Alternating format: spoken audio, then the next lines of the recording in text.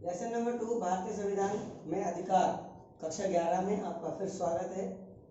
कल हमने स्वतंत्रता से संबंधित भारतीय सरकार के द्वारा न्यायालय के द्वारा जो हमारे अधिकारों को सुरक्षित रखने की 5 चीजें थी जिनके द्वारा हमारे अधिकारों को सुरक्षित किया जाता है, उनके बारे में कल हमने अध्ययन किया।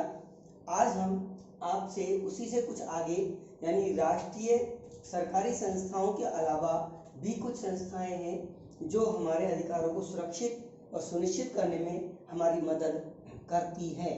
आज हम ऐसी एक संस्था है, राष्ट्रीय मानवाधिकार आयोग संस्था है, जिसका कार्य भी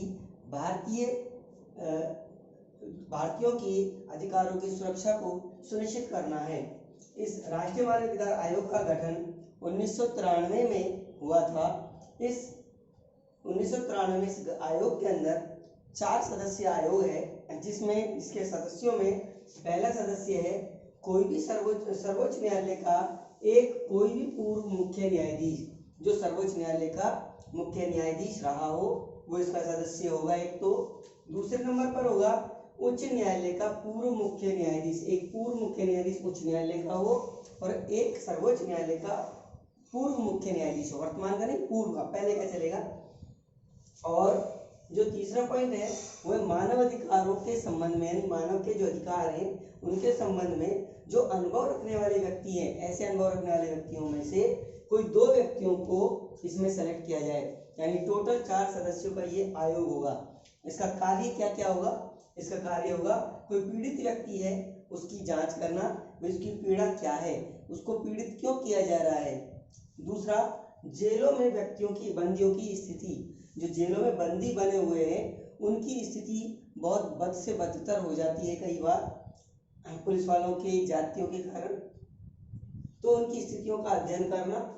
हिरासत, यानी पुलिस हिरासत में ले लेती है और उससे 3rd डिग्री टॉर्चर करने के बाद उसकी मृत्यु हो जाती है, तो ऐसे व्यक्ति, ऐसे बंदीजन जो हिरासत में मर जाते हैं उनका अध्ययन करने, पुलिस की ज्यादतियों का अध्ययन करने और महिलाओं के प्रति जो दुर्व्यवहार होते हैं उनका अध्ययन करने का, उन ऐसी आदि चीजों का अध्ययन करने का मुख्य कार्य राष्ट्रीय मानवाधिकार आयोग का है। अब इसके अलावा इसमें जो मुख्य चीज है वो ये इन चीजों का अध्ययन करेगा, लेकिन ये करेगा कैसे, इन चीजों का इनको सुनिश्चित कैसे कराएगा सुरक्षा को। तो पहली बात तो ये कि इसको स्वयं मुकदमा सुनने का अधिकार नहीं है। ऐसा नहीं है कि ये पूर्व मुख्य न्यायाधीश है तो कोर्ट लगा के बैठ गए और जांच करना शुरू कर दिया, नहीं, ये मुकदमा नहीं सुन सकते, लेकिन मुकदमा चलाने की सिफारिश अवश्य कर सकते हैं कि मुकदमा इसके खिलाफ चलाया जाए, उसके लिए सिफारिश कर सकते हैं, लेकिन मुकदमा सुनने का अधिकार राष्ट्रीय मानवाधिकार आयोग के सदस्यों को नहीं होता है। इसके अलावा अब नेक्स्ट हम चीज पे जा रहे हैं, राज्य नीति निर्देशक तत्व।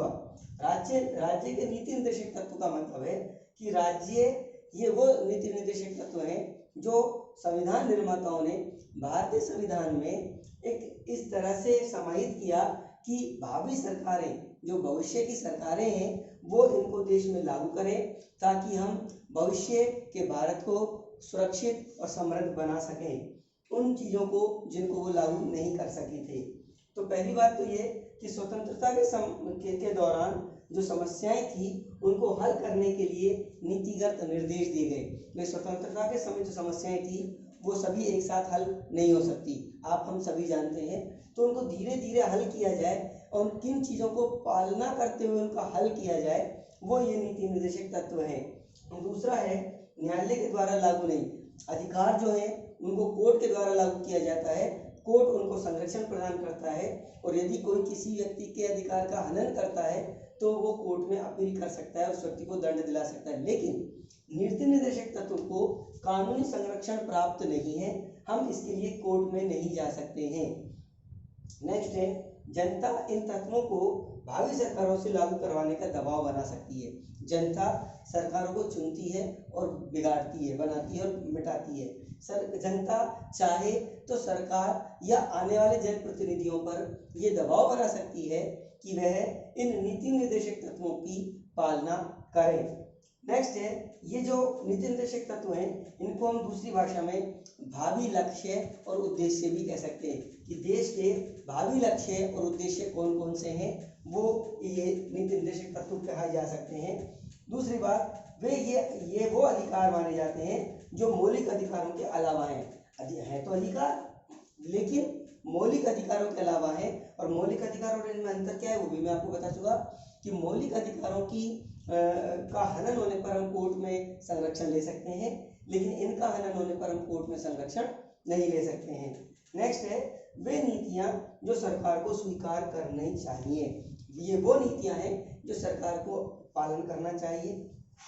अब तक जिन नीति निर्देशक तत्वों को हमारी सरकार अपना चुकी है, पालन करवा चुकी है, वो कौन कौन से उनको देख लेते हैं, उन पर एक नजर डाल लेते हैं। पहला है जमींदारी उन्मूलन कानून, यानी जमींदारी प्रथा को समाप्त कर दिया गया है। बैंकों का राष्ट्रीयकरण किया जा चुका है। न्यूनतम मजदूरी निर्धारण, अब न्यूनतम मजदूरी का निर्धारण किया जा चुका है। कुटीर व लघु उद्योगों को प्रोत्साहन, जो प्राचीन भारत में कुटीर और लघु उद्योग थे उनको प्रोत्साहित किया जा रहा है। आज भारत के प्रत्येक बच्चे को शिक्षा का अधिकार है, उसको कोई शिक्षा से वंचित नहीं कर सकता है। साथ ही रोजगार गारंटी कानून भी आज लागू है, यानी प्रत्येक व्यक्ति को 100 दिन का कम से कम रोजगार उपलब्ध कराने की जिम्मेवारी हो गई है। और स्कूल में दोपहर का भोजन, जिसे मिड डे मील योजना भी कहते हैं, इन को लागू किया गया है। यानी अब तक कई सारे नीति निर्देशक तत्वों को भावी सरकारें अपने कार्यकाल के दौरान लागू कर चुकी हैं, और हम उम्मीद करते हैं कि आने वाली सरकारें भी इन्हीं नीति निर्देशक तत्वों की पालना करते हुए एक उज्जवल भारत का, एक विकसित भारत का निर्माण करने में हमारा सहयोग करेंगी। धन्यवाद।